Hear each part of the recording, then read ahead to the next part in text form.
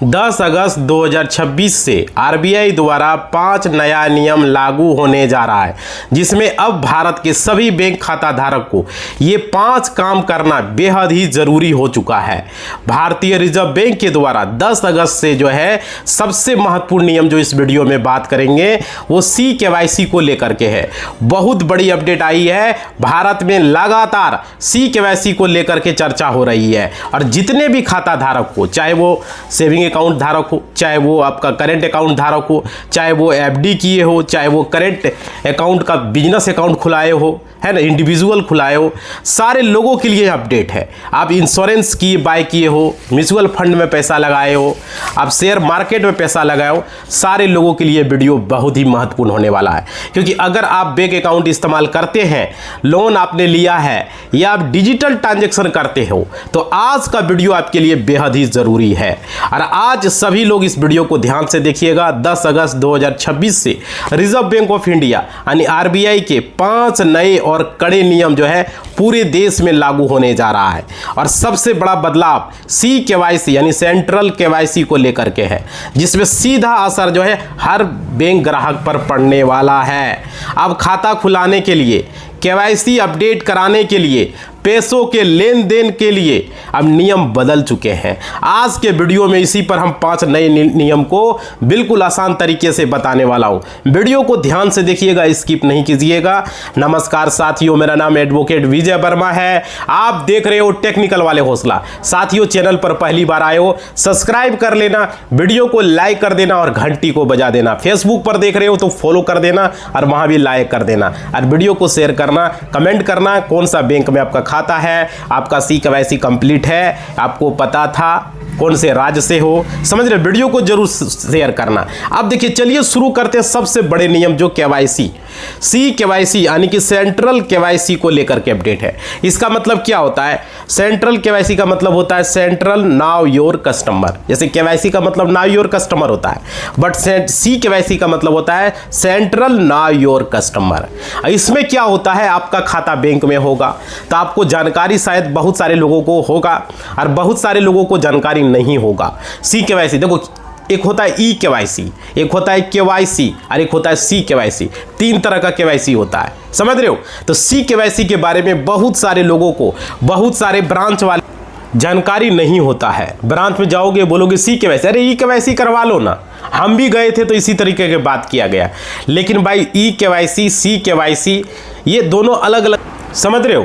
तो ये आपको ध्यान देना होगा। ब्रांच में जाओगे, उनको जानकारी नहीं होता है। बहुत सारे स्टेट बैंक में खुद गया, मेन ब्रांच में, उनको भी जानकारी नहीं था। तो उनको बोला भाई पता कर लो, हमको CKYC खाता का करना है। अब देखिए इसका क्या फ़ायदा है, नहीं है, सारी चीज़ें मैं बात करूंगा। अगर आप कोई भी बैंक में आपका खाता हो, चाहे वो गवर्नमेंट बैंक में हो, चाहे वो प्राइवेट बैंक में हो, चाहे वो ग्रामीण बैंक में हो, आप इस वीडियो को ध्यान से देखिए और समझिएगा। सेविंग हो, करंट हो, कुछ भी हो, समझ रहे हो। इसमें फ़ायदा क्या है, CKYC के नियम बेहद सख्त है। और यहाँ पे पहले क्या होता था, अगर आप बैंक में जाते थे, लोन लिए, म्यूचुअल फंड लिए, कुछ भी आप खरीदे, तो आपको हर जगह बार बार डॉक्यूमेंट देना पड़ता था। कहता था आधार कार्ड दो, पैन कार्ड दो, है ना, ये और डॉक्यूमेंट अलग से मांग लिया जाता था। परेशान हो जाते थे। एफडी कराए वहाँ भी डॉक्यूमेंट दो, म्यूचुअल फंड कराए वहाँ भी डॉक्यूमेंट दो, है ना, अलग अलग KYC करना पड़ता था। लेकिन अब जब से ये जो CKYC है, ये आरबीआई के द्वारा 2016 में स्टार्ट किया गया था। और क्या है यहाँ पे जो CKYC है, इसमें CKYC जानेंगे कैसे। देखिए, CKYC आप अपने रजिस्टर मोबाइल नंबर से, जो आपका बैंक में नंबर है, जो आपका आधार नंबर रजिस्टर है, उस नंबर से आपको मिस कॉल करना होता है। आप कैसे जानेंगे बता रहे हैं। आपको क्या करना, आपको एक नंबर पर मिस कॉल करना होगा। वो नंबर है 7799022129। इस नंबर पर, उसी रजिस्टर नंबर जो आपका खाता में रजिस्टर है, उस नंबर आपको मिस कॉल करना होता है।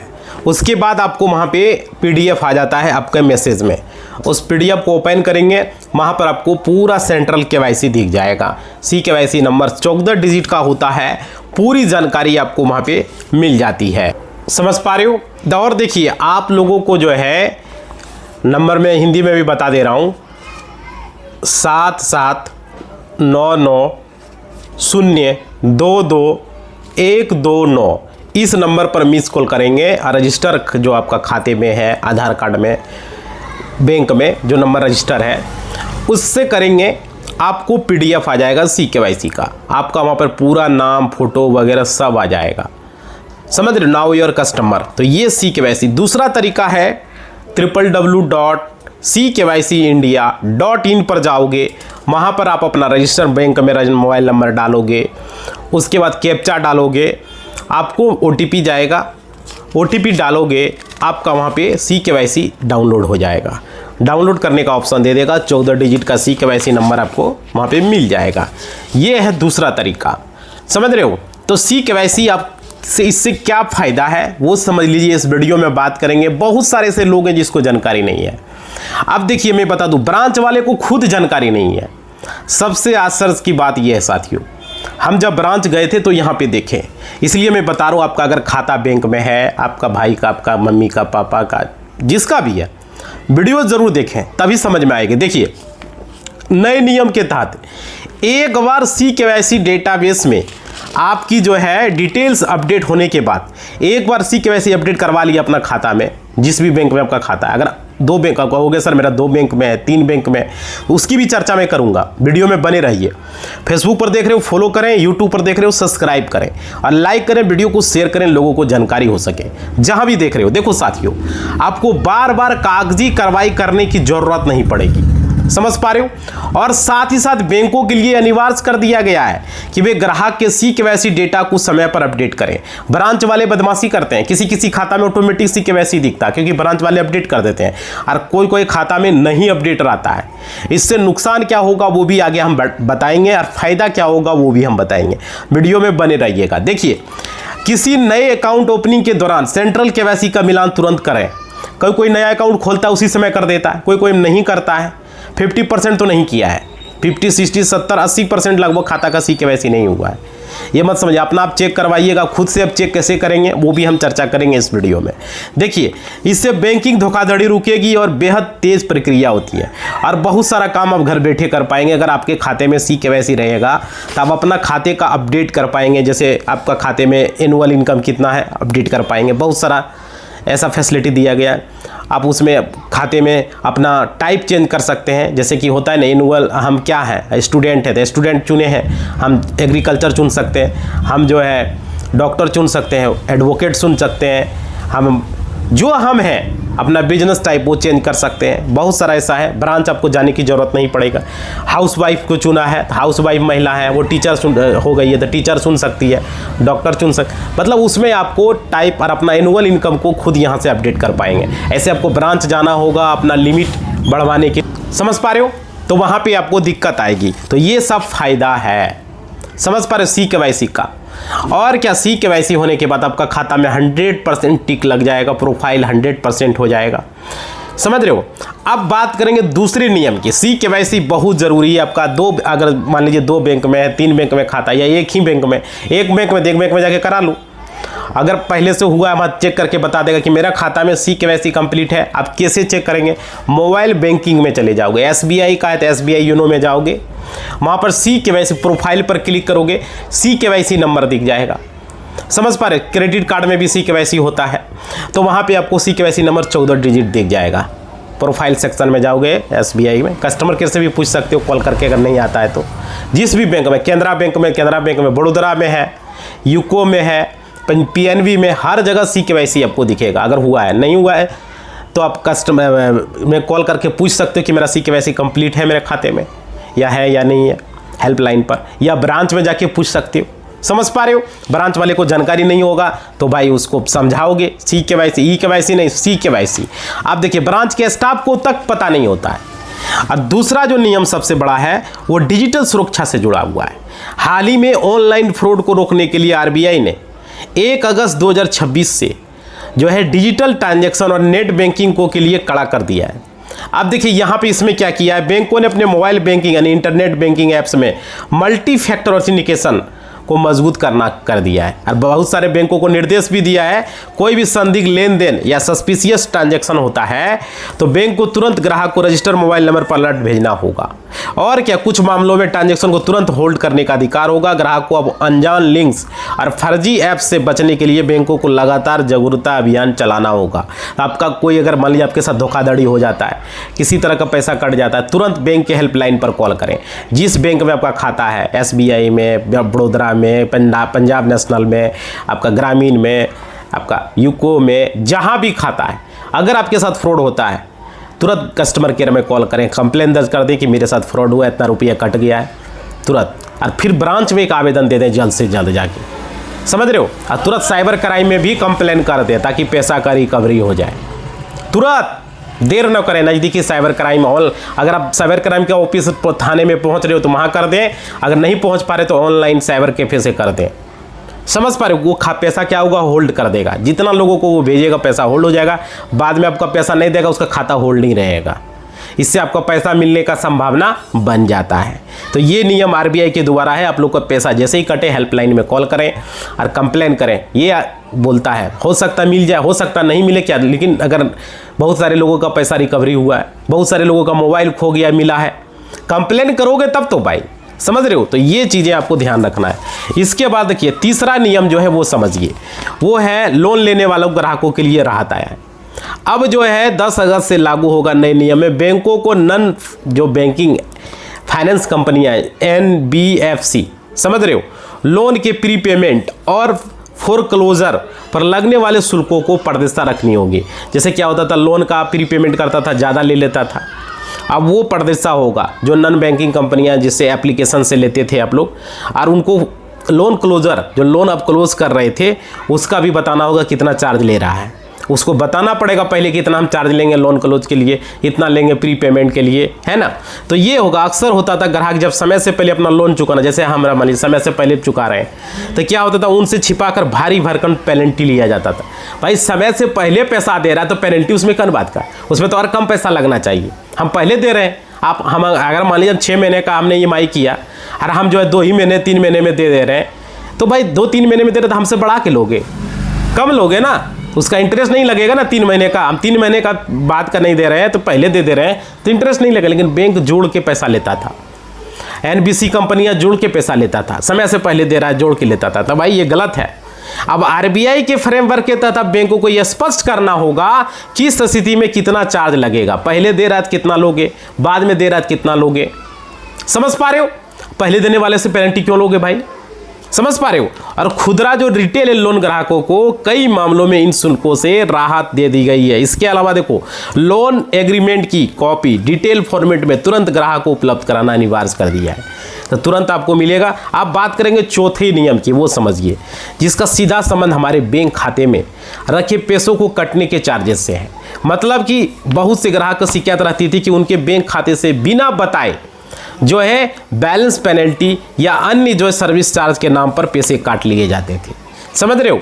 तो भाई ये 10 अगस्त 2026 से नए नियमों के तहत बैंक ने जो है यहाँ पे इस पर सख्त निर्देश दिया है और RBI ने बैंकों को निर्देश दिया, किसी भी तरह के हिडन चार्जेस ग्राहकों पर आप नहीं लगा सकते, क्योंकि RBI पता ही है बैंकों का बैंक है, वो सारे बैंकों पर कार्रवाई करता है। अगर आपका कुछ भी प्रॉब्लम होता है RBI में कंप्लेन कर सकते हो। और RBI का जो नियम होता है सारे बैंकों को मानना होता है, समझ रहे हो। यदि बैंक किसी सर्विस के लिए चार्ज अगर ले रहा है तो इसकी जानकारी ग्राहक को पहले और बिल्कुल शब्दों में देनी होगी, बतानी होगी। खाते में मिनिमम बैलेंस से जुड़ी कोई पेनल्टी लगा रही है, बैंकों को SMS या ईमेल के जरिए पहले चेतावनी देना होगा, अनिवार्य करना होगा, समझ रहे हो। और क्या, और आप बात करेंगे जो नियम है, अगली नियम ग्राहकों की शिकायतों से जुड़ा हुआ है। अगर बैंक खाते से जुड़ा कोई फ्रॉड होता है या कोई ट्रांजैक्शन फेल हो जाता तो पहले इसकी सुनवाई में महीनों लग जाते थे, समझ रहे हो। लेकिन जो है अब 1 अगस्त से 2026 से RBI के नए नियम, देखिए इस नियम में क्या बताया गया है, ग्राहक की शिकायतों को समाधान से जो जुड़ा हुआ है, अगर आपके बैंक खाते से जुड़ा कोई भी फ्रॉड होता है या कोई ट्रांजैक्शन फेल हो जाता है बाय चांस, तो पहले सुनवाई महीनों लग जाते थे, महीना, 1 महीना क्या, 2 महीना, 3 महीना, 6 महीना तक। लेकिन 10 अगस्त 2026 से RBI के नए नियम के तहत बैंकों को ग्राहक की शिकायतों को निपटारे के लिए एक समय सीमा का पालन करना होगा। ट्रांजैक्शन फेल हो गया, 1 सप्ताह में पैसा आना है। अगर किसी तरह का फ्रॉड का पैसा कट गया है तो इसका जो है कंप्लेन आपको करना है, उसका खाता होल्ड कर देगा, जिसके खाते में पैसा जाएगा। तो बैंक तय समय के भीतर आपकी समस्या का समाधान अगर नहीं करता है तो उन्हें इसके लिए जवाबदेही दिया ठहराया जाएगा और उनको हर्जाना भी देना पड़ सकता है। जो आरबीआई के द्वारा जो ये सख्त नियम उनको पालन करना होगा साथियों। इसके अलावा देखिए CKYC जो हमने बताया आपको, दूसरा जो नियम है अगला वो समझिए आप लोग के लिए क्या है। यहाँ पे नियम जो आपके साथ जो है हम राष्ट्रीय जो भुगतान नीति जो निगम है NPCI जिसको आप लोग कहते हैं, national payment corporation of India द्वारा अब एक जो है नियम बनाया गया है जिसमें कि बताया गया मोबाइल फ़ोन के UPI ऐप से जो अगर पेमेंट करते हो तो पेमेंट होने के बाद आपको वहाँ पर अगर कोई डिटेल्स देखना होता है तो वहाँ पर देखते होंगे किसी का नाम दिखता है, कभी कभी किसी का मोबाइल नंबर दिखने लगता है, समझ रहे हो। तो वहाँ पर क्या होता है कि इससे थोड़ा सा लड़की वगैरह को आपको पता ही है, अगर उसका नंबर उसको शेयर हो जाता है तो बाद में परेशानी होता है ना। या आप कोई बिजनेसमैन हो या आपके पास ज़्यादा पैसा है तो भाई हो सकता है आपका नंबर चला जाए, फ्रॉड होने का संभावना है ना। तो इसमें किसी पेमेंट के नंबर से QR कोड स्कैन किया, पेमेंट में आप जाते हैं तो उसका मोबाइल नंबर दिख जाता था। तो इसके कारण कई सारे परेशानियां, धोखाधड़ी का मामला होता था। तो मोबाइल नंबर लोग पता कर लेता था, मैसेज करता था, कॉल करता था, स्पैम करता था। तो इसको लेकर के NPCI ने एक नियम तैयार किया है जिसमें कि UPI ऐप और NPCI तीनों मिलकर के एक काम कर रहा है। इसमें क्या कर रहा है, किसी भी पेमेंट के बाद मोबाइल नंबर आपका जो होगा 10 डिजिट पूरा नहीं दिखेगा, इसमें जैसे 4 डिजिट दिखेगा शुरू का या लास्ट का, है ना। तो ये नियम यहाँ पे बनाया जा रहा है, नंबर बाकी नंबर हाइड रहेगा, XX लिखा रहेगा, समझ रहे हो। तो ये प्राइवेसी को लेकर के, मोबाइल नंबर की गोपनीयता को लेकर के ये नियम बनाया जा रहा है और इस पर काम भी हो रहा है। ये बदलाव देखने को बहुत जल्द ही मिलेगा, मोबाइल नंबर अब आप लोग नहीं देख पाएंगे। इसके अलावा देखिए जो अगला नियम है वो आपको हम बता रहे हैं, वीडियो जो हम आप देख रहे हैं ITR फाइल जो 31 जुलाई तक था, लेकिन अब आप ITR फाइल 31 अगस्त तक आप कर पाएंगे। जैसे देखिए यहाँ पे क्या था, ITR फाइल 31 अगस्त जो सैलरीड पर्सन है, जो गवर्नमेंट जॉब करते हैं, जो प्राइवेट जॉब करते हैं, जो है वो ITR 1 फाइल करेंगे, ITR 2 फाइल करेंगे, समझ रहे हो। तो उनको फाइल करना होगा, ITR 1 नहीं करेंगे तो उनको 1000 या 5000 का जुर्माना उनको देना पड़ेगा। तो ये साथियों कर लें, 31 अगस्त लास्ट डेट है। बाकी जैसे जो बिजनेसमैन है उसके लिए 31 अगस्त है। तो आप लोग ITR फाइल कर लें, इनकम टैक्स बेहद ज़रूरी है फाइल करना, जो कि ये सरकार के द्वारा जो ये नियम बनाया गया है। इसके अलावा देखिए दूसरा जो नियम में यहाँ पे हमने बताया है जो आपका ज़रूरी RBI के द्वारा भारत के जितने भी बैंक हो, चाहे वो प्राइवेट हो चाहे वो गवर्नमेंट बैंक हो, समझ रहे हो, RBI ने क्लियर कहा है अब एक समान ब्याज देना होगा। पहले क्या होता था, बैंक ऑफ बड़ौदा कुछ ब्याज दे रहा है, SBI कुछ ब्याज दे रहा है, लेकिन अब ऐसा नहीं होगा। बैंक ऑफ बड़ौदा में जो ब्याज मिलेगा वही SBI में मिलेगा, वही PNB में मिलेगा, वही आपको मतलब अदर बैंक चाहे वो एक्सिस बैंक हो, HDFC हो, चाहे वो आपका ग्रामीण बैंक हो, चाहे आपका बैंक ऑफ इंडिया हो, इंडियन बैंक हो, जो भी बैंक है आपको समान ब्याज देगा। ये नियम है साथियों, समझ रहे हो। इसके अलावा देखिए ये जितना भी नियम आपको बताया है ये बैंक के द्वारा, ये सारे नियम जो है RBI को द्वारा जो निर्देश दिया जाता है वो पालन करना होगा, समझ रहे हो।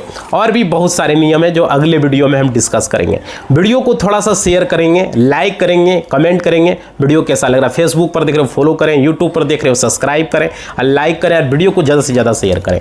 कौन सा बैंक में खाता है कमेंट करें, कहाँ से वीडियो देख रहे हो, कौन से राज्य से, ज़रूर बताएं। ठीक है, आपने CKYC करवाया, आपको पता था, ज़रूर बताना। ठीक है, धन्यवाद।